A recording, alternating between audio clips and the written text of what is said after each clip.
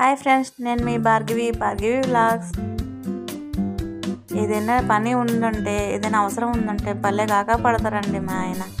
Early morning liver తెచ్చుకొని తినని చెప్తున్నారు. ఏంటా ఎంత ప్రేమ వచ్చేసింది నా మీద అనుకుంటున్నాను నేను. తీరా చూస్తే ఆయన లేట్ వస్తాడని అర్థమైంది. అది చెప్పలేక సైలెంట్గా ఉన్నాడు.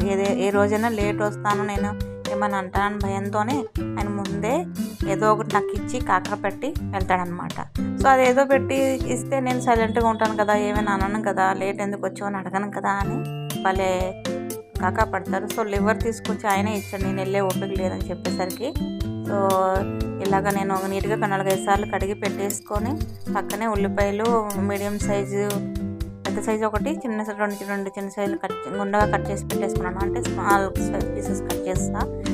మిర్చి కూడా, కరివేపాకు, జీలకర్ర, ఆయిల్ వేసి కడాయిలో తాలింపు నార్మల్గా రెగ్యులర్ ఫ్రై చేసుకుందాం అనుకున్నాను. సో కడాయిలో పెట్టి చేసుకున్నాను. యాక్చువల్గా మా ఆయన గ్రేవీ కర్రీలాగా చేసుకో బాగుంటుంది అని చెప్పారు. లేదు, ఎప్పుడు అలాగైనా కొంచెం డిఫరెంట్గా ట్రై చేసుకుందాం, ఇలాగా ఫ్రై చేసుకుంటే బాగుంటుంది కదా, నా ఒకదానికి ఏం చేసుకోను అని చెప్పి ఇలా ఫ్రై చేసేసుకున్నాను అనమాట. సో ఆనియన్స్ ఆబ్వియస్లీ ఏ కర్రీస్లో వేసినా ఆ ఫ్లేవర్ ఆ టేస్ట్ అదిరిపోద్ది కదా, బాగా వేయించుకుంటే. సో ఇలాగ నేను ఆనియన్ బాగా ఎక్కువ కర్రీస్లో ఎక్కువ ప్రిఫర్ చేసేది ఆనియన్. వితౌట్ ఆనియన్ కర్రీస్ కూడా చాలా ఉంటాయి, వాళ్ళు ఇష్టం నచ్చినట్టు చేసుకోవచ్చు. ఏ రకంగా చేసుకున్నా కానీ మన స్టైల్ మనది.